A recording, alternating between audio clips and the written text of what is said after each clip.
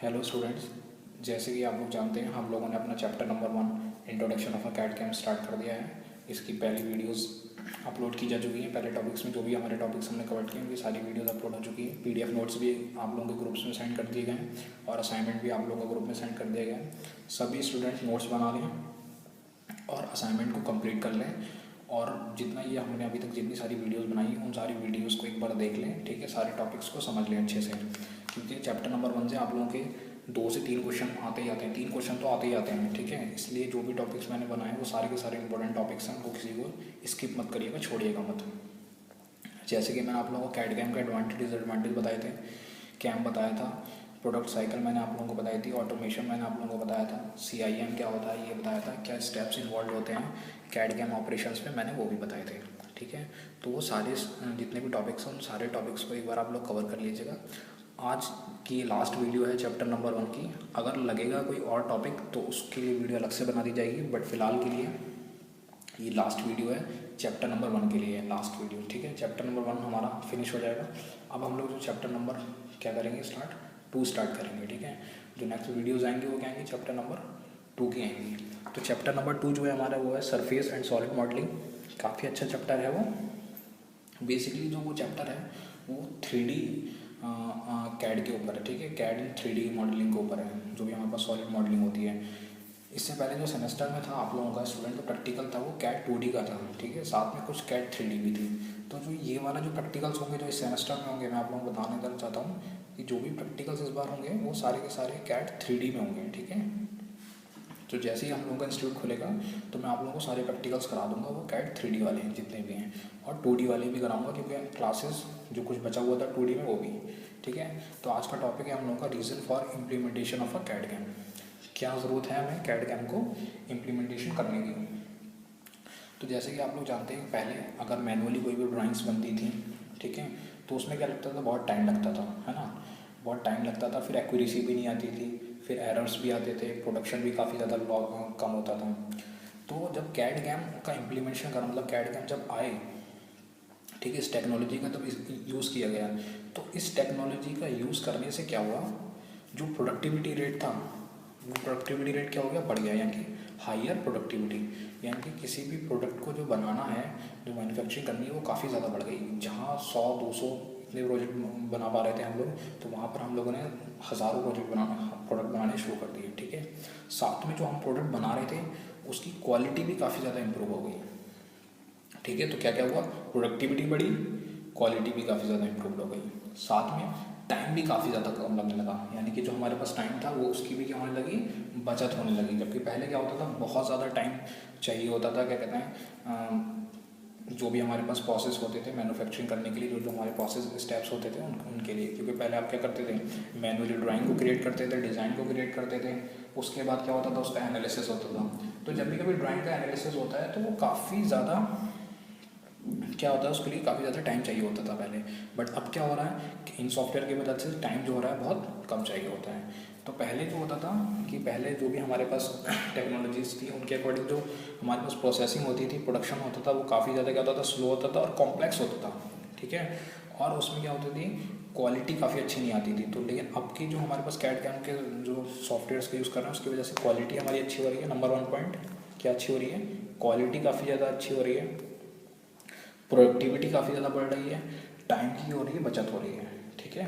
और साथ में जो डिज़ाइनिंग और मैन्युफैक्चरिंग, डिज़ाइन कौन करता है, कैड करता है, मैन्युफैक्चरिंग कौन करता है, कैम करता है, जैसे आप लोगों को बताया है, ठीक है। कोई भी हम डिज़ाइन बनाते हैं वो किस पे बनाते हैं, कैड पे बनाते हैं, जो भी मॉडल तैयार करते हैं। और कैम क्या करता है, न्यूमेरिक कोड के द्वारा मैन्युफैक्चरिंग प्रोसेस करता है। कैम सॉफ्टवेयर से प्रोडक्शन की प्लानिंग होती है, प्रोसेसिंग होती है, शेड्यूलिंग होती है, और ये मार्केटिंग वगैरह, ये सारे के सारे ऑपरेशंस किसमें होते हैं, हमारे कैम में होते हैं। जो मैन्युफैक्चरिंग ऑपरेशंस हैं, किसी भी प्रोडक्ट को मैन्युफैक्चर करना, यानी रॉ मटेरियल आपके पास है, ठीक है, कोई कच्चा माल है, उसको किसी प्रोडक्ट में बदलने का जो भी सारा काम होगा वो हमारा कैम के अंदर आ जाएगा। कैड हमारा क्या बनाएगा, डिज़ाइन या मॉडल को तैयार करेगा, ठीक है। तो पारंपरिक तकनीकी बहुत धीमी और जटिल थी, इसीलिए उत्पादकता कम और अशुद्ध दर उचित थी। कच्चे माल के लिए मानव प्रकृति संप्रदा पर निर्भर है, प्रकृति संसाधनों की कमी है।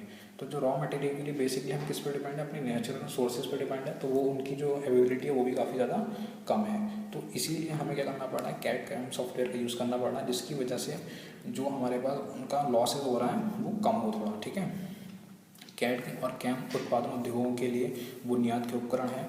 कैड का उपयोग सटीकता के साथ उत्पादकता का डिज़ाइन और कैम के साथ न्यूमेरिक कोड और प्रक्रिया को निर्धारित करने में मदद करता है।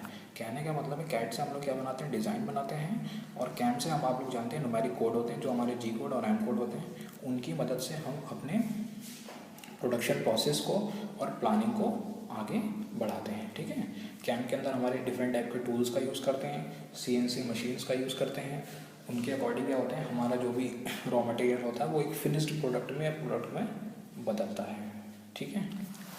ये हमारा टॉपिक था। नेक्स्ट टॉपिक है हमारा कैड कैम सॉफ्टवेयर के एकीकरण के लाभ, कि अगर हम कैड कैम सॉफ्टवेयर को एक साथ यूज़ करते हैं तो उसके क्या फ़ायदे होते हैं।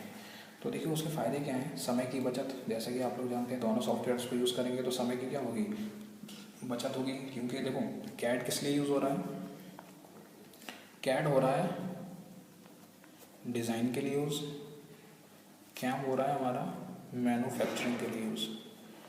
तो अगर इन दोनों सॉफ्टवेयर का हम अलग अलग यूज़ करेंगे, ठीक है, तो उसमें क्या होगा, हमारा काफ़ी ज़्यादा टाइम लगेगा। बट इन दोनों को अगर हम एकीकरण कर देंगे, मतलब एक साथ इंटीग्रेट कर देंगे, तो जो हमारी टाइम होगा वो भी काफ़ी ज़्यादा सेव होगा, और जो हमारे पास प्रोडक्टिविटी होगी यानी कि प्रोडक्शन होगा वो भी काफ़ी ज़्यादा तेज़ होगा, ठीक है। दूसरी क्या होती है, लागत की कमी, यानी कि कॉस्ट भी क्या होती है, कम होती है, ठीक है। जनशक्ति में कमी, तो जनशक्ति में कमी कहने का मतलब क्या है कि जो भी हमारे पास मैन पावर है वो भी काफ़ी ज़्यादा कम हो जाती है, क्योंकि जब हम सॉफ्टवेयर का यूज़ करते हैं तो उसकी वजह से जो मैन पावर है वो भी कम हो जाती है। क्योंकि ऑटोमेशन में हम लोगों ने देखा था कि हम इस तरीके से मशीन को, जो भी हमारी मशीन्स हैं या फिर जो भी हमारे सिस्टम हैं, वो इन सॉफ्टवेयर की वजह से क्या होते हैं, खुद ही वर्क करते हैं, ठीक है। उसकी वजह से जो हमें ह्यूमन है, उनकी जो भी हमारे पास लेबर है उसकी हमें ज़रूरत कम पड़ती है, ठीक है, जो ऑटोमेशन में हम लोगों ने देखा था, या ना के बराबर करती है। उसके बाद है दक्षता में वृद्धि, यानी कि जो इफ़िशेंसी होती है वो भी काफ़ी ज़्यादा इंप्रूव होती है, यानी कि जो प्रोडक्ट बनेगा या जो मशीन्स जो भी वर्क कर रही हैं उनकी इफ़िशेंसी भी क्या होगी, काफ़ी अच्छी होगी। तेज़ी से नए उत्पाद का विकास होना, यानी कि नए नए प्रोडक्ट्स का हम लोग क्या कर सकते हैं, इसमें जल्दी जल्दी प्रोडक्ट्स को हम बनाते रहते हैं, ठीक है। जैसे हम लोगों ने कोई प्रोडक्ट बनाया, अगर हमें उसमें लगता है कुछ भी हमें उसमें चेंजेस करने हैं तो उन चेंजेस को भी हम जल्दी कैड कैम सॉफ्टवेयर की मदद से कर देते हैं, है ना। यही तो हम लोगों ने देखा था ऑटोमेशन प्रोसेस में, कि अगर हमें कभी भी किसी भी प्रोसेस को चेंज करना है तो उस प्रोसेस को भी हम लोग जल्दी से चेंज कर सकते हैं। तो ऐसे किसी प्रोडक्ट में अगर हमें कुछ चेंज करना है तो उस प्रोडक्ट को हम चेंज भी कर सकते हैं, साथ में उसमें कुछ और एडवांस टेक्नोलॉजी का यूज़ करना है, ठीक है, कुछ एडवांस और चीज़ें लानी है तो वो भी हम इसमें जल्दी से अपना लाकर यूज़ करके प्रोडक्ट को बना सकते हैं। नेक्स्ट है फास्ट सप्लायर डिलीवरी, यानी कि जो डिलीवरी है वो भी काफ़ी ज़्यादा सप्लाई की जो डिलीवरी है वो भी काफ़ी तेज़ होती है, यानी कि जो भी हमारे पास प्रोडक्ट हमने बनाए उनकी डिलीवरी कंज्यूमर्स तक, कस्टमर्स तक जल्दी जल्दी पहुंचती है। फिर उसके अत्यधिक लचीलापन, यानी कि काफ़ी ज़्यादा फ्लेक्सिबिलिटी प्रोवाइड करता है ये, ठीक है। जो हमारा मैन्युफैक्चरिंग यानी कि जो इंडस्ट्रीज़ में है, इंडस्ट्रीज़ में काफ़ी ज़्यादा क्या करता है, ये फ्लेक्सिबिलिटी को प्रोवाइड करता है, ठीक है। तो दो टॉपिक हम लोगों ने देख लिए, एक रीज़न वाला इम्प्लीमेंटेशन फॉर कैड कैम, एक हम लोगों ने देख लिया कैड कैम सॉफ्टवेयर के एकीकरण के लाभ। तो नेक्स्ट हमारा टॉपिक है कैड कैम की सीमाएं, यानी कि लिमिटेशन ऑफ, मैं लिखना भूल गया, लिमिटेशन ऑफ कैड कैम, ठीक है। कैड कैम की लिमिटेशंस क्या हैं, तो देखो पहला पॉइंट है इसमें उच्च प्रोसेसिंग पावर की आवश्यकता। तो कहने का मतलब है कि जो कैड कैम सॉफ्टवेयर्स हैं ये जो होते हैं इनको हाई प्रोसेसर्स की ज़रूरत होती है। जो आपका सिस्टम को आप यूज़ करोगे ना, जो भी आपके सिस्टम में इंडस्ट्रीज़ में जो भी सिस्टम लगे होंगे, ठीक है, या फिर जो भी आप सॉफ्टवेयर ये सारे चला रहे हो, तो इनको जो चाहिए होते हैं वो अच्छे प्रोसेसर चाहिए होते हैं, अच्छी बिट के प्रोसेसर चाहिए होते हैं, ठीक है। अलग अलग आप लोग जानते हैं कि अलग अलग टाइप के प्रोसेसर्स होते हैं, अलग अलग बिट के, ठीक है। तो इनको प्रोसेसिंग के लिए इन सॉफ्टवेयर्स को एक अच्छे प्रोसेसर चाहिए होते हैं, जो काफ़ी ज़्यादा क्या होते हैं, महंगे होते हैं। क्योंकि जब कैड का आप कोई डिज़ाइन बनाओगे तो उसके लिए जो ग्राफिक्स होने चाहिए वो ग्राफिक्स भी काफ़ी अच्छे होने चाहिए, प्रोसेसर भी अच्छा होना चाहिए। जैसे जो कैड का सॉफ्टवेयर आता है, मैंने आप लोगों को बताया था, कैड का जो सॉफ्टवेयर आता है वो आता है 32 बिट, मतलब प्रोसेसर के अकॉर्डिंग, और 64 बिट, ये अलग अलग टाइप के अलग अलग उसमें आता है, ठीक है। 32 बिट में भी आता है, 64 बिट में भी आता है। तो ये आपके सिस्टम के ऊपर होता है कि वो 64 बिट का है या फिर 32 बिट का है, या फिर जो आपके पास सॉफ्टवेयर है वो 64 बिट का है, 32 बिट का है, उसी अकॉर्डिंग उसका इंस्टॉलेशन प्रोसेस होता है, ठीक है। तो मेनली किस पर डिपेंड करता है, ये प्रोसेसिंग पे, जो भी उसका प्रोसेसर है उसकी प्रोसेसिंग में कंप्यूटर की, साथ में ग्राफिक्स, ठीक है।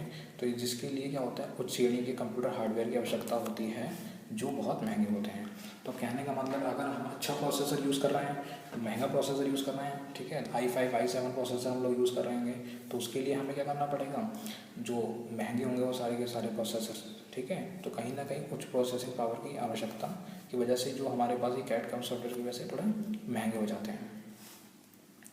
नेक्स्ट है हम लोगों का सॉफ्टवेयर की जटिलता और महंगापन, यानी कि जो हमारे पास एडवांस कैड कैम सॉफ्टवेयर हैं, ठीक है, जो सॉफ्टवेयर हैं उनके जो लाइसेंस होते हैं आप लोग जानते हैं बहुत महंगे होते हैं। जो भी हमारे पास कैड कैम सॉफ्टवेयर का हम लाइसेंस लेते हैं वो लाइसेंस क्या होते हैं, बहुत महंगे होते हैं। कैड का तो खैर स्टूडेंट वर्जन के लिए जो लाइसेंस है वो काफ़ी ज़्यादा, वो फ्री है स्टूडेंट्स के लिए, बट इंडस्ट्रीज़ के लिए, अदर पर्पसेस के लिए जो कैड सॉफ्टवेयर यूज़ होता है तो उसका लाइसेंस क्या होता है, काफ़ी ज़्यादा महंगा होता है। तो इसीलिए अगर जब कभी भी आप इंडस्ट्री के अंदर इन कैड और कैम के प्रोसेस को लाएंगे तो कहीं ना कहीं जो इनिशियल कॉस्ट होगी वो क्या हो जाएगी, बढ़ जाएगी। आपकी इनिशियल कॉस्ट जो होगी क्या हो जाएगी, इंक्रीज़ हो जाएगी, क्योंकि जाहिर सी बात आप इनको इंस्टॉल करेंगे, ठीक है। आप अपनी इंडस्ट्री में जब आपको इनका यूज़ करना है तो आप इनको ख़रीदेंगे, इनका लाइसेंस ख़रीदेंगे, इनका इंस्टॉलेशन कराएंगे, तो उसकी वजह से कॉस्ट क्या हो जाएगी, काफ़ी ज़्यादा बढ़ जाएगी। और साथ ही में क्या होगा कि इनको जो भी हमारे पास कैड सॉफ्टवेयर्स हैं इनको चलाने के लिए, ठीक है, इनको यूज़ करने के लिए हमें स्किल्ड क्या कहते हैं, टेक्निकल इंजीनियर्स की ज़रूरत पड़ेगी, डिज़ाइनर्स की ज़रूरत पड़ेगी, ठीक है ना। तो ये भी कॉम्प्लेक्सिबिलिटी प्रोवाइड करते हैं। दूसरा है रखरखाव। अब जाहिर सी बात है कैड कैम सॉफ्टवेयर है तो इनका मेंटेनेंस भी करना पड़ेगा, ठीक है। अगर हम लोग समय समय पर इनको मेंटेन नहीं करेंगे तो मान लीजिए अगर किसी पार्ट में ख़राबी आ गई, ठीक है, कंप्यूटर किसी पार्ट में ख़राबी आ गई तो आपका सॉफ्टवेयर तो वर्क करेगा नहीं। सॉफ्टवेयर वर्क नहीं करेगा तो इसकी मतलब प्रोडक्शन जो आप कर रहे हो, किसी प्रोडक्ट को बना रहे हो, वो प्रोडक्ट भी क्या होगा, बन नहीं पाएगा। इसकी वजह से प्रोडक्टिविटी क्या हो जाएगी, बहुत कम हो जाएगी, ठीक है। यानी कि मैं कह सकता हूँ प्रोडक्टिविटी क्या हो जाएगी, लो प्रोडक्टिविटी हो जाएगी। प्रोडक्टिविटी क्या हो जाएगी, काफ़ी कम हो जाएगी। क्यों, क्योंकि भाई कंप्यूटर का मान लो कोई पार्ट ख़राब हो गया तो उसकी वजह से क्या हो जाएगा, हमारे पास जो सिस्टम है वो वर्क नहीं करेगा। सिस्टम वर्क नहीं करेगा तो फिर जब प्रोडक्शन ही नहीं हो पाएगा उसकी वजह से, तो इसकी प्रोडक्टिविटी भी क्या हो जाएगी, हमारी प्रोडक्टिविटी रेट भी कम हो जाएगा। तो ये कुछ इसकी लिमिटेशन है। एक तो महंगा होता है काफ़ी ज़्यादा सॉफ्टवेयर, कॉम्प्लेक्स होता है, इसको चलाने के लिए हमें स्किल्ड इंजीनियर्स की ज़रूरत पड़ती है, ठीक है। उसके बाद जो इसके प्रोसेसर्स वगैरह होते हैं, ग्राफिक्स वगैरह होते हैं, ये काफ़ी ज़्यादा महंगे होते हैं। उसके बाद इसका मेंटेनेंस भी हमें रखना होता है। तो ये इसके कुछ डिसएडवांटेजेस हैं या लिमिटेशंस हैं, बाकी तो सारे इसके एडवांटेजेस ही होते हैं। टाइम सेविंग, ये सारी चीज़ें जो होती हैं इसके एडवांटेजेस होते हैं। तो thank you students. Next video में हम लोग चैप्टर नंबर 2 को कवर करेंगे। अब हमारा चैप्टर नंबर 2 स्टार्ट हो रहा है। काफ़ी अच्छा चैप्टर है चैप्टर नंबर 2। उसके अंदर हम अलग अलग टाइप की कमांड सीखेंगे, ठीक है। जो 3D मॉडलिंग के लिए जो कमांड यूज़ होती हैं वो अलग अलग टाइप की हम कमांड्स को सीखेंगे, और उनका प्रैक्टिकल जो है हम लोग उनका प्रैक्टिकल अपनी लैब में करेंगे, ठीक है। कमांड्स हम लोग सीख लेंगे और उनका प्रैक्टिकल क्या करेंगे, अपनी लैब में करेंगे, क्योंकि थ्योरी के पेपर में कमांड्स लिखने के लिए आएंगी तो उनको हम लोग कवर कर लेंगे अपने अभी सेक्शन में, थ्योरी वाले सेक्शन में, ठीक है। और जब प्रैक्टिकल का आएगा तो प्रैक्टिकल मैं करा दूँगा उसका। Okay students, thank you.